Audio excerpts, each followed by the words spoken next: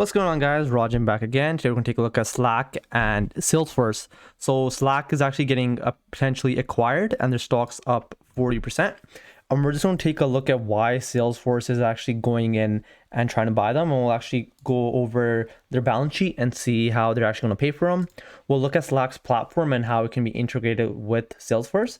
And we'll also just take a look at Salesforce platform and see what is the competitive advantage acquiring Slack would provide. So quick overview, Slack's trading at $40. It's at its all-time high just because of the merger, and it is up to $40.70, so up 40%.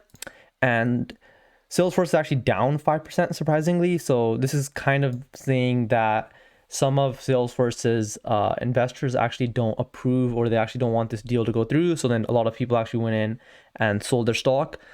We'll also take a look at their balance sheet, and basically they only have $4 billion in cash, and overall their assets are $14 billion, and the acquisition is going to come at around 23 to maybe even 30 billion, so around that price range. So clearly Salesforce actually doesn't have the money to actually go in and buy Slack. So what they'll probably have to do is actually go in and issue shares. So that's actually going to dilute current shareholders, and that's probably one of the reasons why there actually was a sell-off. So people are just selling off before the dilution actually occurs.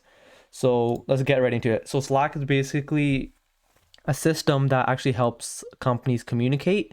So quick overview, so you have channels, so you have the general, random, and stock research that I created, and basically you can go in and type, and any other employees can actually go in and look at what you wrote and actually give comments as well. Then over here you have direct messaging, and this is basically where you can just go in and directly message your coworkers. So it's really interesting to see that CRM is actually going in and trying to acquire them, because they have their own platform and it actually has messaging included in it as well.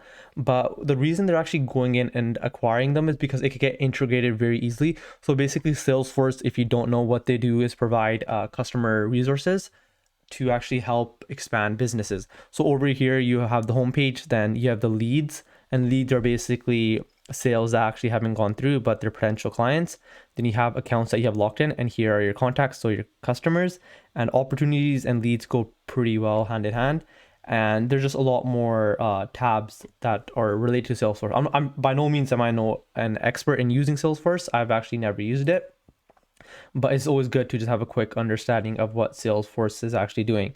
So the reason they're actually going to go in and acquire Slack is because they already have a lot of customers and their information. So then they can seamlessly actually just integrate Slack, and therefore these customers can actually just start communicating through Slack, and even Salesforce, they can communicate through Slack.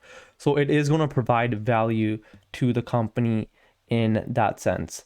But from a Slack shareholder perspective, well, actually, I'm not a shareholder, so it's kind of hard for me to say, but I was actually researching this company for a very long time and was actually considering buying it. And when I actually saw that it was up 40% and they were going to get acquired by Slack, I was really mad because I was researching it for a very long time.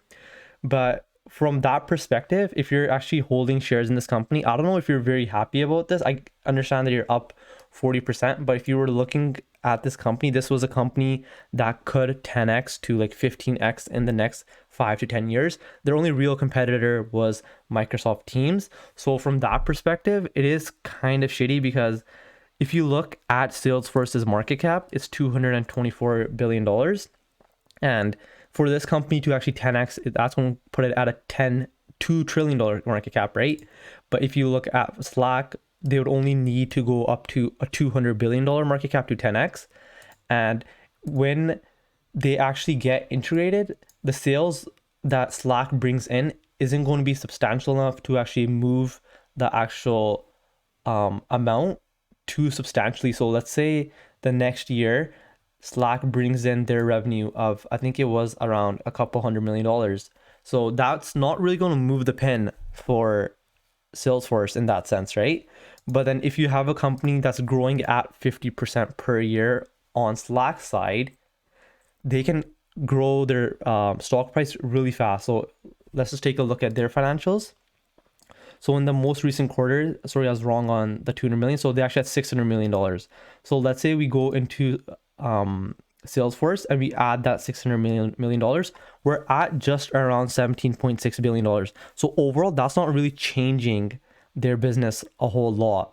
But from a Slack perspective, if we actually go from 630 million to, let's say, 1.2 billion, we double up, that's actually going to affect their stock price a lot compared to how much it would actually affect Slack's.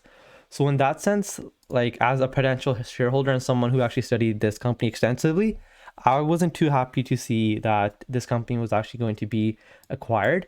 And another reason they're actually acquiring this company is it's kind of a slap in the face to a company like Microsoft, because Microsoft is competing in this space now that another big player is coming in. Because if you think about it, Microsoft is like 100 times bigger than Slack, and they could basically just step on Slack. And now that Salesforce actually maybe potentially acquires it, they have a lot more backing and resources to actually help grow the company. So in that sense, this is actually a really pretty big blow to Microsoft's side of the business. And that day, Microsoft was actually down a little bit as well. So overall, guys, just keep this video short. Those are some of my thoughts. So as a potential Slack shareholder and extensively researching this company, I'm not too excited to see this acquisition. I hope it actually falls through, just because the growth they would see from actually being an individual company and not merging with CRM would be a lot larger than if they actually merged with them. So that's something to consider. So this deal isn't going to be a cash deal. It's going to involve stock. So shareholders would most likely just convert into CRM stock. So overall, guys, we'll leave it there. And if you guys want to see any videos coming up, just let me know, leave a comment, and also leave a comment on what you guys think. Do you guys think this is a good opportunity for Slack to actually become more of a competitor to Microsoft? Or do you guys think this is kind of going away from their key principles? And do you guys think they should maybe stay on their own? And same as CRM side, do you guys think it's a good acquisition or merger for CRM? The stock was down, so maybe shareholders aren't too happy about that. But what do you guys think? Just leave a comment and make sure you guys like, and I'll see you guys next time.